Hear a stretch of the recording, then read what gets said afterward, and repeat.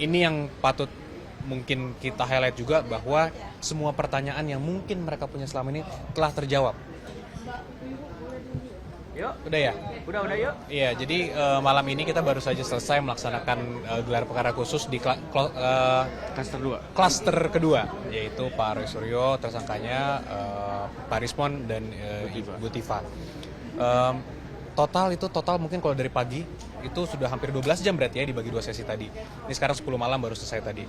Highlight dari gelar perkara tersebut sebenarnya adalah telah ditunjukkan ijazah asli Pak Jokowi kepada peserta gelar, khususnya para tersangka dan kuasa hukumnya.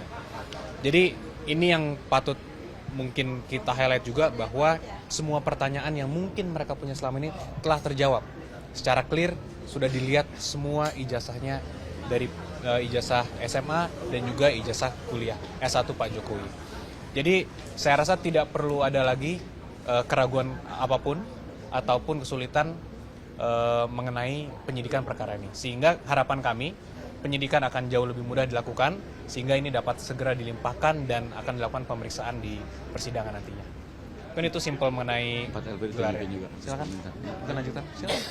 Selain itu juga mereka minta ditunjukkan 4 LP terhadap perkara mereka, dan memang selama ini belum diakomodir oleh penyidik, tapi tadi keempat LP tersebut sudah ditunjukkan, dilihat satu persatu siapa pengadu di perkara ini dan pasal-pasal apa saja yang dipersangkakan. Sehingga yang tadinya seolah-olah pasal-pasal ini dibuat oleh penyidik sudah terbantahkan bahwa memang ini dilaporkan oleh para pelapor dengan catatan bahwa ini masih dalam penyidikan, silakan dicari alat buktinya. Kalau memang ada maka dikuatkan. Tapi kalau tidak ada tentu pasal itu di drop, dan sampai hari ini memang semua pasal itu tetap menjadi persangkaan. Artinya didukung oleh alat bukti yang cukup.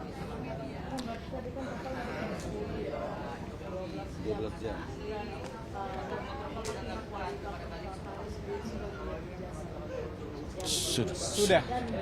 Akhirnya sudah. Bagaimana nanti mungkin bisa ditanyakan sendiri. Kalau saya melihatnya bagaimanapun juga barang itu dari awal kita sudah tahu bahwa itu asli, ada, dan itu kebenaran. Sehingga ketika itu ditunjukkan kepada pihak mereka, ya kami sih biasa saja. Karena kami konsisten. Dari awal kami sampaikan jika ini dimintakan untuk ditunjukkan ataupun akan dilakukan penunjukan oleh pihak yang berwenang, ya kami tentunya siap. Dan ini adalah di proses penyidikan, kewenangan ada di penyidik, sehingga tadi pimpinan gelar mengambil kebijakan bahwa akan menunjukkan, kami hormati. Dan ternyata hasilnya menurut kami cukup baik. Dan sudah dilihat dengan cukup dekat tadi ya, Mas Roy dan kawan-kawan, cukup lama juga. Ada watermarknya, ada embossnya. Ada watermark, itu perlu juga disampaikan juga. Ada watermark, ada emboss, lintasan garis merah, semua sudah terbukti ada. Jadi apalagi yang nanti kita harus diskusikan ya, mungkin teman-teman yang boleh tanya ke pihak mereka. Tidak ada penolakan sih ya? Enggak. Kalau ikhlas atau tidak kan itu di hati perasaan. Silahkan ditanyakan Dan bukan langsung. urusan hukum itu. Namun apa yang kami observasi adalah diperlihatkannya dengan baik dan juga diterima dengan baik. Karena sampai dilihat dekat banget kok tadi. Jadi kami rasa sih sudah tidak ada lagi harusnya masalah yang dipermasalahkan. Harapannya begitu. Harapannya penyidikan justru ini dapat memperlancar proses penyidikan yang ada sehingga bisa langsung diproses ke persidangan. Karena kembali lagi, perlu saya highlight juga tujuan kami melaporkan adalah agar Pak Jokowi mendapatkan keadilan dan kepastian hukum. Karena kalau tidak ini diproses sampai ada putusan pengadilan, semua masih akan bertanya, asli nggak ijazah Pak Jokowi? Dan yang kedua adalah tujuannya untuk memulihkan nama baik Pak Jokowi dan juga keluarganya. Jadi sangat penting kami rasa untuk ini proses tetap dilanjutkan. Dan dengan adanya proses tadi ditunjukkan ijazah aslinya kepada para tersangka, saya rasa ini dapat memudahkan proses penyidikan yang sedang berlangsung. Oke. Gitu. Cukup. Yang utama ini berbeda, apakah sama dengan ditunjukkan Sama. Itu nanti mungkin di persidangan bisa terlihat tentunya. Karena masing-masing kan bisa menilai sendiri, bisa mengajukan ahli dari pihak tersangka yang nantinya akan terdakwa bisa mengajukan juga ahli. Ya nanti di pengadilan lah, itu semua akan diuji. Tentunya kami selalu melaporkan perkembangan yang ada, termasuk bahwa ada gelar perkara khusus Pak. Cuman jujur saja kita tidak mengetahui bahwa akan ditunjukkan. Tapi dari awal Pak Jokowi konsisten jika itu harus dimintakan atau akan ditunjukkan oleh pihak yang berwenang, itu pasti akan dilakukan. Apakah itu pengadilan, apakah itu penyidik. Contohnya seperti di Mabes Polri kan dimintakan ijazahnya walaupun belum ada penyitaan, diantarkan langsung untuk dilapor. Jadi itulah kembali lagi kita kembali kepada apa tujuan kita melaporkan untuk mendapatkan keadilan dan kepastian hukum.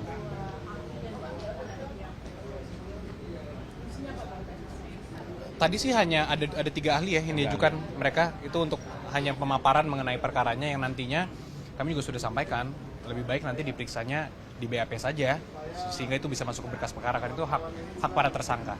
Jadi kami rasa kalau dari tadi nothing too major dan tadi juga sudah walaupun kami tidak mau mendahului sesi 2 tapi di sesi awal tadi sudah terlihat bahwa semua penyidikan dilaksanakan dengan baik sesuai SOP yang ada. Itu sih. Terima kasih teman-teman. Terima kasih ya. Selamat malam. Selamat istirahat. Malam.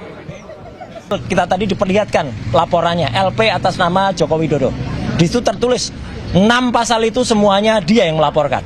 Ya gitu. Jahat banget ini. Kalau kata kata Cinta kepada Rangga dalam film Ada Apa Dengan Cinta, Jokowi, Cinta 2. Kamu itu jahat. Itu jahat banget. Ya itu. Jadi artinya itulah pasal yang ada. Ya 32, 35 dan tadi kami mempresentasikan di dalam, termasuk yang tadi saya presentasikan di awal dengan judul sebelum kami masuk tadi bahwa kami tetap kekeh dengan apa yang namanya 99% palsu itu kalau dalam bahasa saya. Karena di dalam kita tadi juga menyampaikan tentang beberapa hal, misalnya soal-soal perbandingan-perbandingan dan juga tentang kelakuan si Andi Aswan dan lain sebagainya. Ya, tapi itu lain soal. Nanti akan kita bahas terus. Kemudian yang kedua. Apa yang kami teliti, saya Dr. Rismon dan akan ditambahkan secara detail dan oleh Dr. Tifa, selama ini adalah barang yang kurang lebih sama, ya gitu, yang kurang lebih sama. Jadi insya Allah hasil dari kami tentang 99,9% palsu itu tidak berubah, tidak bergeser 1 mili pun. Ya bahkan sampai the last minute kami akhirnya sama seperti klaster 1 tadi dipertunjukkan sebuah barang yang diklaim itu adalah ijazah asli, katanya ijazah analog dari seorang yang namanya Joko Widodo. Saya harus berkata dengan terus terang, saya bukan hanya hobi komputer, saya adalah seorang tukang potret sejak zaman analog dulu. Saya memotret sejak zaman film seluloid dan saya bukan hanya bekerja di lapangan sebagai tukang foto. Saya adalah orang yang juga bekerja di kamar gelap. Jadi saya mengerti bagaimana komposisi kalau misalnya kita pakai fixer, kita pakai pengembang, film itu dicuci, kemudian dicetak, kemudian kertas film apa, dan untuk pas foto yang tertempel di barang yang disebut ijazah itu, saya dengan lantang dan tegas mengatakan saya sangat ragu bahwa itu usia sudah lebih dari 40 tahun. Terlalu tajam, terlalu baru barang itu sebagai sebuah foto yang dicetak dengan kertas foto di tahun 80-an. Ya, karena kertas foto di tahun 80 itu ada usianya. Bahkan ijazah Dr. Rismon sendiri yang usianya baru sekitar 20 tahunan kira-kira. 23 tahun. Itu pun sudah mulai berburam. Ya, ini masih sangat tegas dan jelas. Ya, tidak seperti. Kemudian khusus untuk detail itu, alhamdulillahnya kami meskipun diminta untuk melihat, kami tetap tidak boleh memegang. Ya, kami tidak boleh merasakan. Padahal dia bilang, saya satu lawyernya, saya sudah merasakan itu. Kami tidak boleh megang, bahkan mengintip saja untuk melihat ketebalan kertasnya saja tidak boleh. Ya, padahal itu penting sekali. Apalagi memotret. Apalagi memotret, karena kami dalam. Dan tetap ada satu pertanyaan besar. Karena dalam yang disebut-sebut sebagai ijazah itu, ada sebuah goresan di sebelah kiri, ada sebuah garis, yang itu menurut saya tidak lazim untuk sebuah ijazah. Itu mungkin hasil dari pre-printing atau printing baru, ya. Kemudian ada lagi ciri-ciri yang kemudian kami pertanyakan, Dr. Rismon akan menambahkan logo Universitas Gadjah Mada yang tercetak. Sepanjang yang saya tahu, warnanya meleset, tidak seperti itu.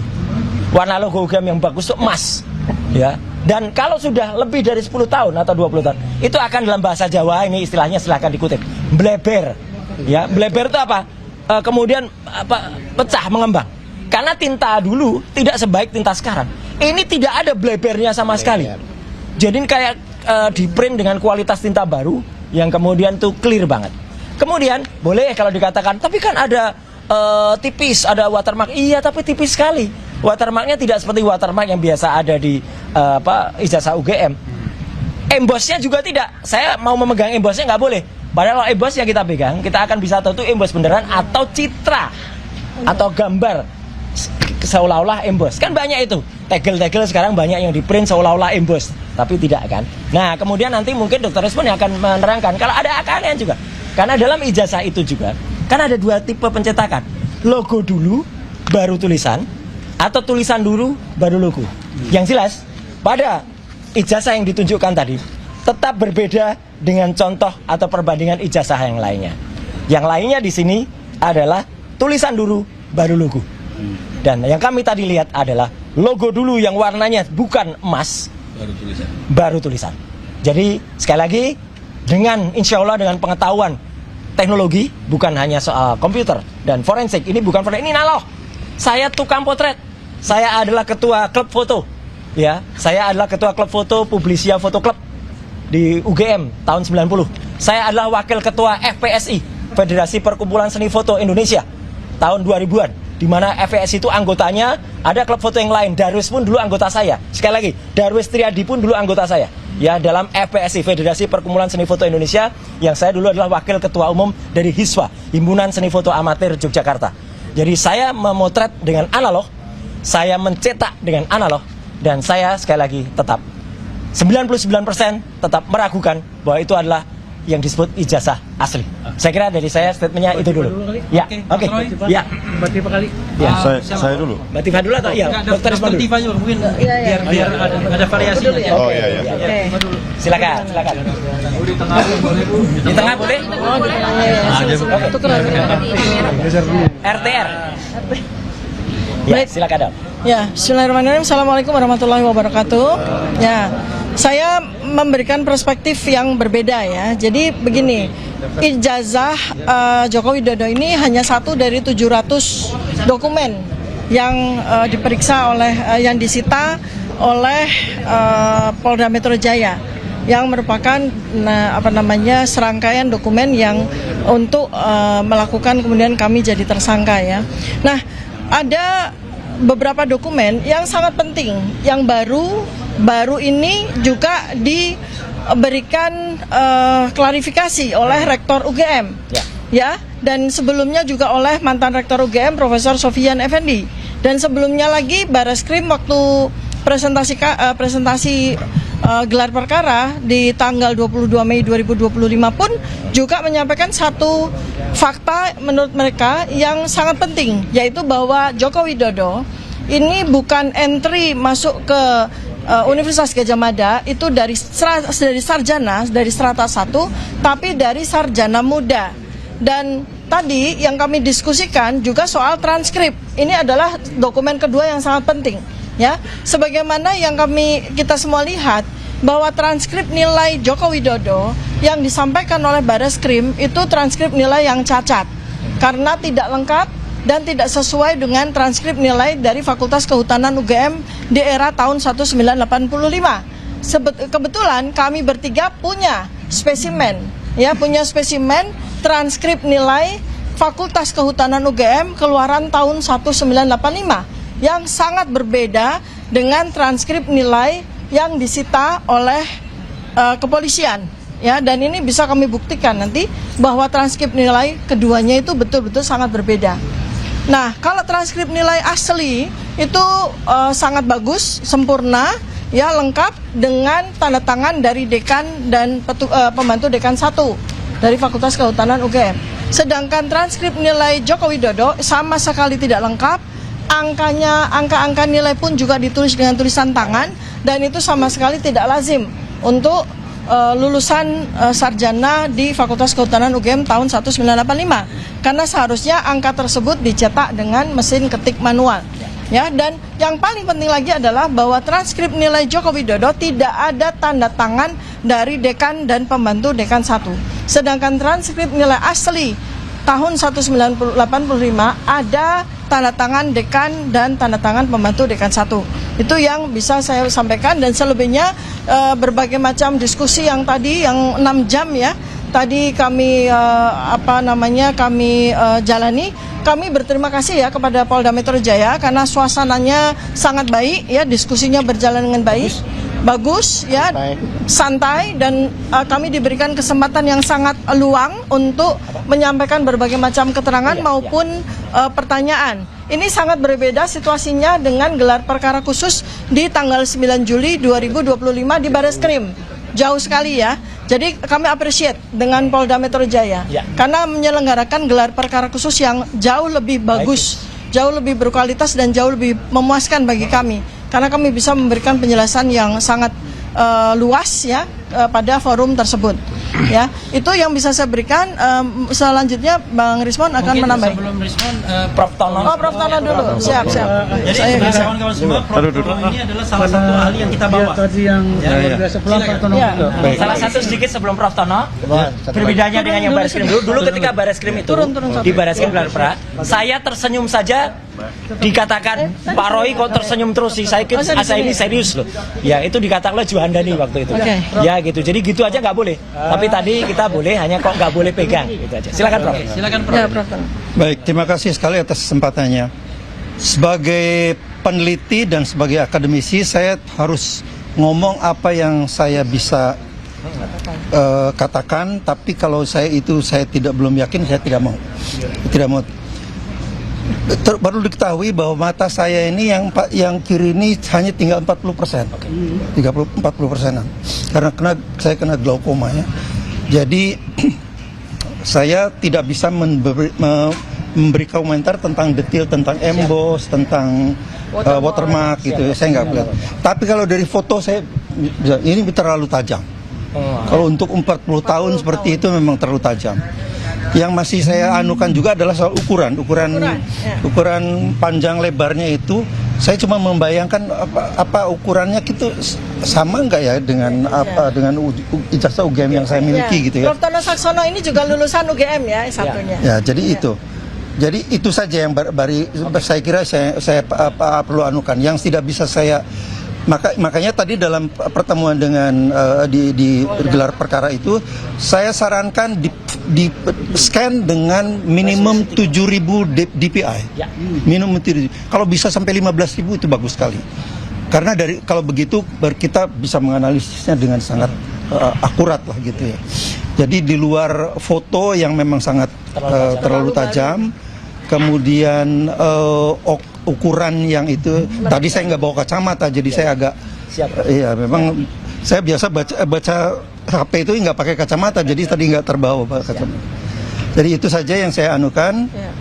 Tapi saya sudah sampaikan dengan tegas pada Polda tadi di Bareskrim tadi bahwa 3 orang ini adalah aset bangsa. Jadi jangan sampai dikriminalisasi.